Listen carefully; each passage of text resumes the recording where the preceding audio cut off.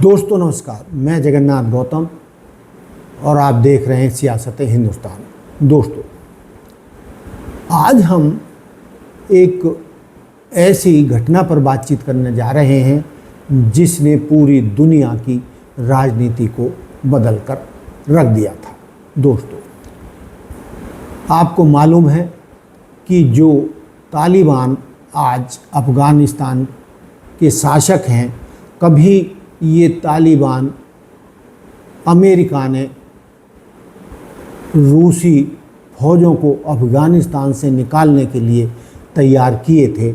America नहीं चाहता था कि अफ़गानिस्तान पर रूस का दबदबा रहे और जो रूसी फ़ौजें या सोवियत संघ की फ़ौजें आई थीं, तब के तत्कालीन बादशाह की निमंत्रण पर आई थी, क्योंकि विद्रोही बहुत परेशान कर रहे थे।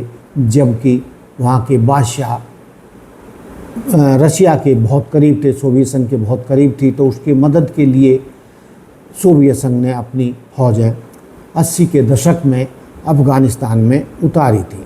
दोस्तों, उस दौर में अमेरिका सीधा तो सोवियत संघ से लड़ने की स्थिति में नहीं था, लेकिन उसने अफ़गानिस्तान में जो वहाँ के तालिबान थे, यानी विद्यार्थी थे, उनकी फ़ौज तैयार की। उसमें पाकिस्तान ने उनका साथ दिया और मुजाहिदीन तैयार किए और हथियारों से हर तरीके से उनकी इतनी मदद की कि वो तालिबान सोवियत सेनाओं को अफ़गानिस्तान से खदेड़ने में कामयाब रहे। दोस्तों, लेकिन वक्त बदलता है, वक्त बदला और वो ही तालिबान अमेरिका पर भारी पड़ने लगे। हमला कथित रूप से ISI ने किया, तो अमेरिका का मानना था कि जो हमला अमेरिका पर हुआ है उसके पीछे अफ़गानिस्तान के तालिबान हैं, और वो जो अफ़गानिस्तान है वो दुनिया भर के जो आतंकवादी हैं उनका ठिकाना है। और इसी बिना पर अमेरिका ने नाटो देशों के साथ मिलकर अफ़गानिस्तान पर हमला बोल दिया। दोस्तों, ये लड़ाई लगभग 2 दशक तक चली, लेकिन दोस्तों, जो अमेरिका के पाले पोसे मुजाहिदीन थे, तालिबान थे, 20 साल तक अमेरिका उनसे लड़ता रहा। और दोस्तों, अंततः जीत तालिबानों की हुई और तालिबान लड़ाकों ने अमेरिका को वहाँ से इतनी बुरी तरीके से खदेड़ा। आज भी जब उनके विजुअल्स आप देखेंगे या वीडियो क्लिप देखेंगे कि अमेरिकी कैसे दुम दबाकर अफ़गानिस्तान से भागे थे और हवाई जहाज़ों में किस तरीके से उनके समर्थक लटक कर भागना चाहते थे, और वो हवाई जहाज़ पर दाएं बाएं से चढ़ गए, कोई पहियों पर लटक गया और कोई कहीं। जैसे हवाई जहाज़ उड़े तो वो नीचे गिर के टपाटप मर गए थे। दोस्तों, आप देखिए कि किस तरीके से जब पाकिस्तान ने अमेरिका का साथ दिया और अमेरिका ने डॉलरों से पाकिस्तान सरकार की झोली भर दी, उसी से पाकिस्तान फलता फूलता रहा। लेकिन दोस्तों, आज हालात ये हैं कि तालिबान जो कभी अमेरिका के नाक का बाल हुआ करते थे और पाकिस्तान उनको अपनी मलकियत समझता था, आज वही तालिबान पाकिस्तान पर भारी पड़ रहे हैं, अमेरिका पर भारी पड़ रहे हैं। और जो पाकिस्तान ने सोचा था कि जब अमेरिकी फ़ौजें भारत से अफ़गानिस्तान से चली जाएंगी तो वही अफ़गानिस्तान के जो लड़ाके हैं, तालिबान लड़ाके हैं, उन्हीं को कश्मीर में POK में लगा देगा, भारतीय कश्मीर को हड़पने के लिए। लेकिन दोस्तों, हुआ उल्टा। आज अफ़गानिस्तान भारत के बहुत करीब है और वो पाकिस्तान पर भारी पड़ रहा है, जो पाकिस्तान भारत के लिए गड्ढा खोद रहा था, वो तालिबान अब पाकिस्तान पर भारी पड़ रहे हैं और अफ़गानिस्तान पाकिस्तान सीमा पर जो खून खराबा हो रहा है, यानी मूल रूप से तो पाकिस्तान ही उसके लिए जिम्मेदार है, लेकिन इस मामले में भारत की नीति को सराहा जाएगा। और मज़ेदार बात यह है कि जब 80 के दशक में सोवियत संघ की सेना अफ़गानिस्तान में घुसी थी तो सोवियत संघ को दुश्मन माना जाता था, लेकिन दोस्तों आज इसके उलट है।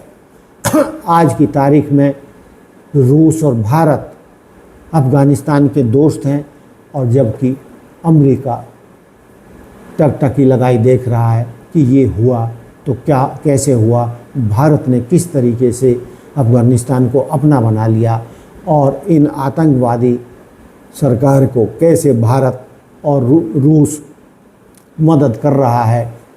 और इसमें मज़ेदार बात एक और भी हुई है कि पाकिस्तान बड़ा लाचार सा है, जो कभी अफ़गानिस्तान में अमेरिका के लिए एक मजबूत कड़ी हुआ करती थी पैर जमाने के लिए, आज उस पाकिस्तान को अफ़गानिस्तान ने मक्खी की तरह अपने देश की पॉलिटिक्स से निकालकर बाहर फेंक दिया है। दोस्तों, जो 2-3 दशक तक पाकिस्तान ने मलाई खाई अमेरिका के डॉलरों के रूप में, आज पाकिस्तान कहीं नहीं दिखाई दे रहा है और तालिबान यानी अफ़गानिस्तान की सरकार उस पर बहुत भारी पड़ रही है और पाकिस्तान को घेरा जा रहा है। रूस भी अफ़गानिस्तान के साथ खड़ा है, भारत भी पाकिस्तान के साथ खड़ा है, और भी बहुत सारे देश तालिबान सरकार के साथ मिलकर चलना चाह रहे हैं और उनके साथ दोस्ती का हाथ बढ़ा रहे हैं। तो जो मैंने ये बात शुरू की थी वो ये की थी कि एक टाइम रसिया तालिबानों के लिए दुश्मन था और आज दोस्त है और कभी अमेरिका तालिबानों का दोस्त था। बल्कि हकीकत तो ये है कि इन छात्र संगठन को, यानी उर्दू में तालिबानों को विद्यार्थी या छात्रों को ही कहा जाता है, उन्हों के कंधे पर बंदूक रख के उनको असला देकर और उनको हथियार देकर अमेरिका ने सोवियत संघ की सेनाओं को अफ़गानिस्तान से खदेड़ा था। और आज उसके उलट है कि वही तालिबान 20 साल तक अमेरिका से लड़ते रहे और उनको बुरी तरीके से हराकर अफ़गानिस्तान ने अमेरिकी सेनाओं को अफ़गानिस्तान से खदेड़ा, जो दृश्य दुनिया ने देखे। और आज लगभग 5 साल हो गए हैं तालिबान की सरकार को।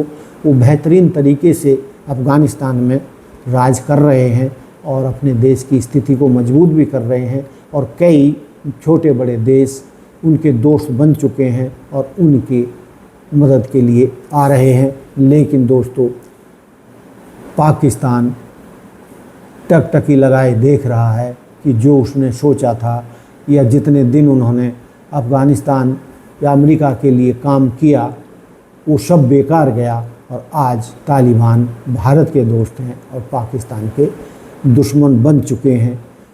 तो दोस्तों, ये अंतर्राष्ट्रीय राजनीति है, यानी कहने का तात्पर्य यही है कि कोई भी देश किसी का परमानेंट दोस्त या दुश्मन नहीं होता। जिन तालिबानों को अमेरिका ने पैदा किया था वही तालिबान आज अमेरिका के ख़िलाफ़ हैं, और जिन सोवियत सेनाओं को तालिबानों ने अफ़गानिस्तान से खदेड़ा था आज वही रूस अफ़गानिस्तान के साथ खड़ा है। तो दोस्तों, ऐसा होता है, लेकिन अंत में ये कहते हुए कि हम भारत ने जिस तरीके से अफ़गानिस्तान के संबंध बनाए हैं और पाकिस्तान को घेरने की नीति तैयार की है, इसकी प्रशंसा की जानी चाहिए कि भारत ने जो पाकिस्तान तालिबानों लड़ाकों को भारत के ख़िलाफ़ इस्तेमाल करना चाहता था, आज भारत उन्हीं तालिबानों को पाकिस्तान के ख़िलाफ़ इस्तेमाल कर रहा है और अफ़गानिस्तान की जो बॉर्डर है, सीमा है, वो पाकिस्तान के लिए एक खूनी ख्वाब बन चुका है। तो दोस्तों, ये था मेरा आज का मुद्दा कि जो रूस कभी तालिबानों का दुश्मन था, आज दोस्त है, और जिस अमेरिका ने कभी तालिबानों को पैदा किया था, सोवियत संघ की सेनाओं को अफ़गानिस्तान से बाहर निकालने के लिए, आज वो ही तालिबान अमेरिका की आँख की किरकिरी है। चूँकि 20 साल तक अफ़गानिस्तान में बम बरसाने के बावजूद अमेरिका तालिबानों को नहीं हरा चुका और बेआबरू होकर उसे अफ़गानिस्तान से भागना पड़ा। तो दोस्तों, ये था मेरा आज का मुद्दा कि कोई भी दोस्त स्थायी नहीं होता, ना दुश्मन स्थायी होता है। वक्त के साथ साथ देश की विदेश की राजनीति बदलती रहती है। और अंत में ये कहते हुए कि अमेरिका और सोवियत संघ दो ऐसी धुरी रही हैं जो दुनिया के किसी भी कोने में होने वाले युद्ध के लिए जिम्मेदार रही हैं, क्योंकि इन्हें अपने हथियार बेचने होते हैं और हथियारों का व्यापार इनका सबसे बड़ा फ़ायदे का सौदा है। और जब तक ये एक दूसरे देशों को लड़ाएंगे नहीं तो उनके हथियार बिकेंगे कैसे। यदि पूरी दुनिया के लोग राष्ट्रसंघ की छत के नीचे इन दोनों देशों की पर्दे के पीछे की नीति को समझ लें तो युद्धों से मुक्ति मिल सकती है। तो दोस्तों, ये था मेरा मुद्दा जो मैंने आपके सामने रखा। आपको कैसा लगा आप मुझे कमेंट्स करके बता सकते हैं। इसी के साथ मैं अपनी बात समाप्त करता हूँ। जय हिंद, जय भारत, जय संविधान, नमस्कार।